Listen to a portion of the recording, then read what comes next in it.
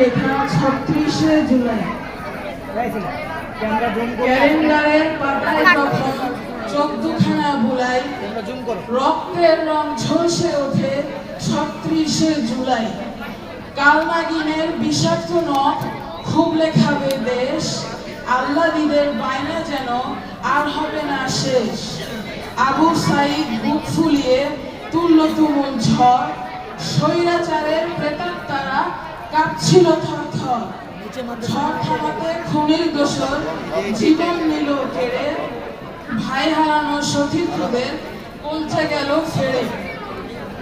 আন্দোলনের তীব্র ঝড়ে বুকটাকে ঠিক ফুলাই, সে পথ ধরে আসলো নেমে ৩৬শে জুলাই।